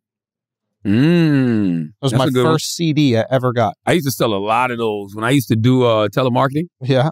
And I was the guy that have to call you on behalf of BMG. I used to work at this place called Paragon Solutions. And I have to try to sell you 10 CDs for a penny. Yeah. That goddamn BMI. Weapons, what was it called? The Guns N' Roses Appetite for Destruction. Appetite for Destruction. That and Leonard Skinner. Oh wow. Back in Black. Ooh. Sold a lot of those. Sold a lot of those. But no, that one was fucking great. Trying to think others. What's my favorite album of all time? Probably Mary J. Blige, My Life. Wow. Mary J. Blige, My Life is probably my favorite album of all time. And that's just me spitballing, but I'm pretty sure that's my favorite album of all time. I'm trying to think. Al, what's your favorite album of all time? Blueprint. None? Blueprint. Bad Bunny. Oh, what? Blueprint? Yeah. Bad Bunny. Oh, Blueprint. Yeah. Oh, I thought you said Bad Bunny. No. Bad Bunny is killing this shit. Yo, I don't know a Bad Bunny song. I feel so embarrassed. I don't know one either, but boy, Bad Bunny is Puerto Rican and What's a Bad Bunny one? bisexual. He's bi? Yeah. Wait, really? I don't know if he's bisexual. He's a cross-dresser, but I don't think he's come out as... I thought he said he was bi. I thought he said he was bi in a song or something. He didn't. No, he kissed a man at the fucking award show. I think that was just... Don't make me tell you about your people, yo. Why am I telling you about Puerto Ricans? You got it. Wait. He kissed the guy at the award show. But does Bad Bunny smoke cocks? I don't think he has come out as actual bisexual. I think he just does a lot of stuff for, Let me see. you know... Let me Google. You know how, like, when Madonna kisses... She's old. That's what I'm saying. Yeah, I hear like the Harry Styles thing where like it's called queer baiting. Yeah, where you like pretend you're gay and then the gay people like it, so they come out and support. Yeah. Allegedly. I think. Oh, that's what you're doing right now with your colonoscopy every 5 minutes talking about that shit. Listen, man, my whole body is queer baiting, bro. Look at me. These hips in this ass. I am absolutely queer bait. They see me, they want this worm, bro. They want this fish. They want to know what they can put on a hook to get me. Am I using this right? Yeah. Fish boy. I am absolutely. Matter of fact, let me toot this thing up. Yeah. They can really see what queer bait look like. Damn. Okay. Taylor just got jealous. Taylor always jealous. Taylor be looking me up and down when I walk in with sweatsuits on. She be like, I don't feel my shit out like that. Hey, yo. Hey, yo. Hey, yo. Don't be jealous. What would you do if you had a sex tape drop now from back in the day? I'd rather from back in the day than now. My shit was way more fire back then. What would I do? I would want to know. You know what I mean? My dick game was crazy back in the day, bro. I would want to know who the fuck got time travel. Because how the fuck would you get a sex tape from back in the day? I don't know. It was on your phone or some shit like that. I was born in the 1900s. I didn't have no fucking phone. Yeah, I forget. You're like on a dirt road and shit. Yes. We've had phones for decades. So you're a liar. Yeah. You're a liar. I didn't get a phone. When did I first get a phone with a camera? Had to be in the 2000s. Yeah, I think in the 2000s. Yeah. For sure. No. There were camera phones back in the day. That is back in the day. Nah, like in the 1900s. No, there was camera phones in the 1900s. Yeah. The late 1900s. Late 1900s, there was camera phones. Yes, the flip shit that had the little one. They even had internet on it. Yeah, nah, bro. That's count. Sprint. Sprint had the fucking camera phone, man. They didn't even make your dick look big. First one was 1997. Thank you. What did it look like? Thank you. Yeah, it was used in a surgery. Damn, colonoscopy. The first one was used in 1997. They're going to put a phone up your ass. The first camera phone was used in They're going to put a whole 1997. phone up. Had Yo, a which phone you colonoscopy. want? Yo, which phone you want your ass, bro? Go on. Just One of them original ones? Yeah, you want the OG. No, I don't want the original one. I want like the small joint. You want the one that Zach Morris used to make pizza for? Nah, the one, Nino Brown and Jack Boris had. Zach Morris. God damn, if you can do that, if you can put one of those up your butt? That girls could do that, bro. Nah. Yo, girls' buttholes get mad big. They do. Kanye ain't talking about that, but that's facts. Girls' buttholes get mad big. It's crazy. They just keep getting bigger and bigger. Like, why is that? 4110 said. What did he say? What did he say? For real, dude. Okay, this is a good one. Scroll down, Taylor. Let's go to another one, bro. Andrew, of course he would. Andrew, would you have Kanye on Flagrant or The Brilliant Idiot? Not now. Not now. Responsible Not fucking journalism. Let me tell you something. When did that change? Literally about 10 minutes into that Drink Champs, I was like, yeah, I don't know if we can have this motherfucker on. But before Drink Champs, I was like, yo, it might be fun, bro. I think we could get Kanye. Like, it'd be good to hear him out. 100%. Life with Zay says, what if... But yo, having Kanye on Flagrant, him saying all that shit, and Dove being in the room as well, that would be unbelievable. Dove would lose his mind. Oh my God. He's been going crazy. And we got a competition about who can lose more weight, me and Dove. So he's already like shaky and shit. You know, he's like low blood sugar. So he's already on edge. What if Kanye is right in 5 years? We've seen it. CTG was wrong in the past versus Kanye. Here's the thing. I've never been wrong about Kanye. Keep going. I just haven't. What if he's right in 5 years? What? When y'all what does that even mean? Go back and watch that interview now and ask me what I was wrong about. Kanye said he was going to be a billionaire. Great. Congratulations. Only thing I ever told Kanye was stop begging these motherfucking corporations. You're Kanye the fuck West. You're Kanye motherfucking West. Why are you out here begging these motherfucking corporations? Which in what I'm basically saying is stop seeking white validation so motherfucking much. He don't want to put up his own money, bro. That's what it is. He did it once. He lost a lot, and now he don't want to do it anymore. Juan Cruz 92. How come you never talk about Latinos doing good in the industry? We just did.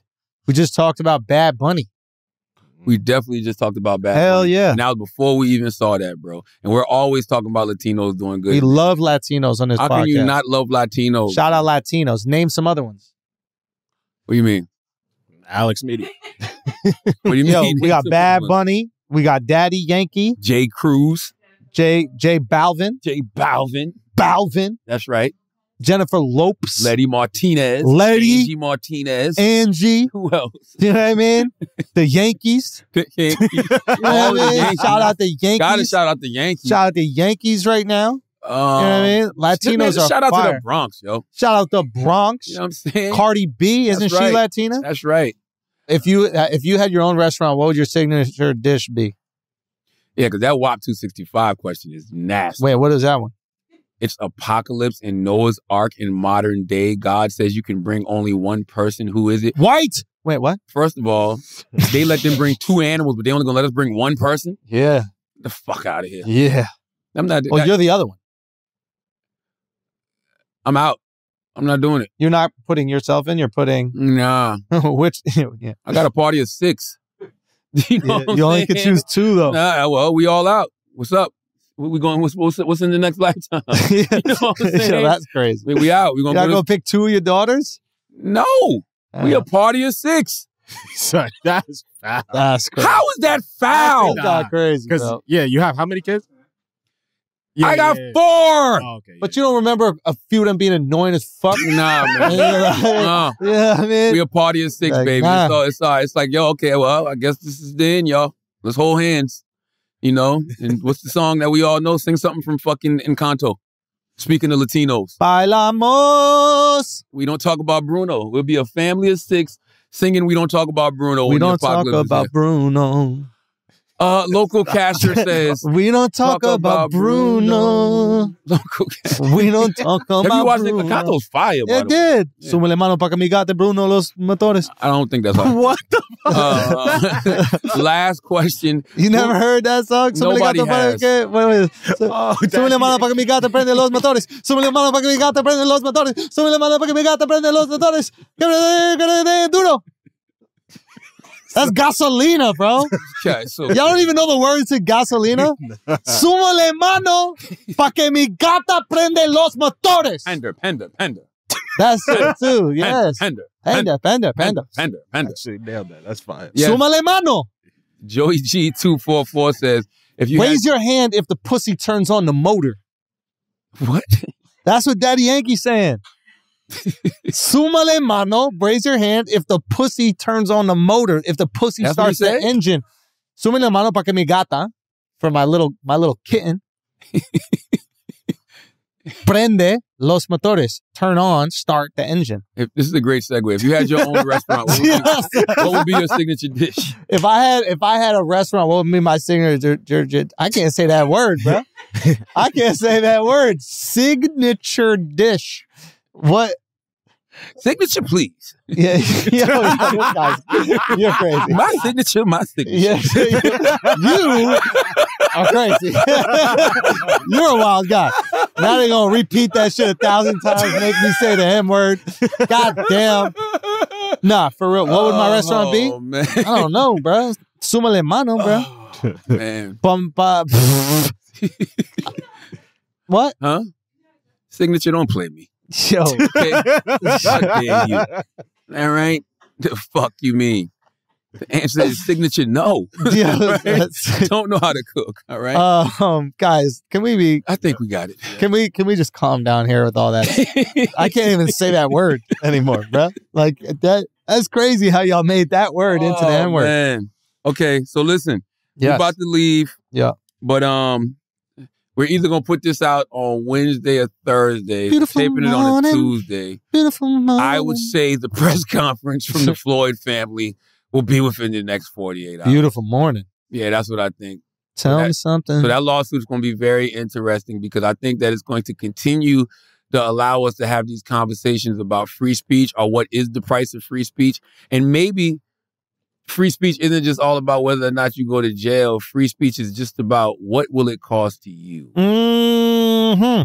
The price of free speech is what will it cost to you. To you. Can you afford to say the things that you're saying? Not just even financially. Can you beat up the person you're talking about? That's true. What I'm saying? Because free speech ain't free at the bar. That's right. If this person sues you, do you have money to fight in court? Do you have a lawsuit to stand on? Like, what will the cost be for what comes out of your mouth? That's the conversation I think is going to continue after the Floyd family sues. It's definitely going to be Kanye, but I don't know who else is going to be in the lawsuit. But I can't wait to see. Guys. That's right. As always, if you listen to this podcast, you think we're smart, you think we're intelligent, you think we're brilliant, you're absolutely right. But if you listen to this podcast and you think we're just a couple idiots who don't know shit, you're right too. It's the Brilliant Idiots Podcast. Thank you for listening.